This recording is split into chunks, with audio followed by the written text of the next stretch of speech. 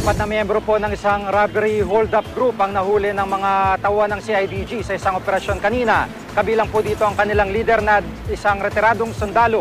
May live report si Emil Sumangil. Emil? Magandang hapon, Jiggy. Nahulog sa kamay ng CIDG Anti-Organized Crime Division ang apat na miyembro ng isang robbery hold-up group sa inilunsad na operasyon sa Marikina kanina tanghali.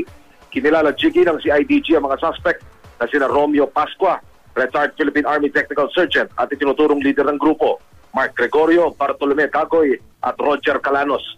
Nakuha, Jiggy, mula sa mga suspect at ng iba't ibang klase ng armas at pala, mga granada at pera na sinasabing mula sa mga na-hold up nilang establishmento at ang Toyota Revo na gamit ng mga suspect na matagal nang sinusubaybayan ng pulisya.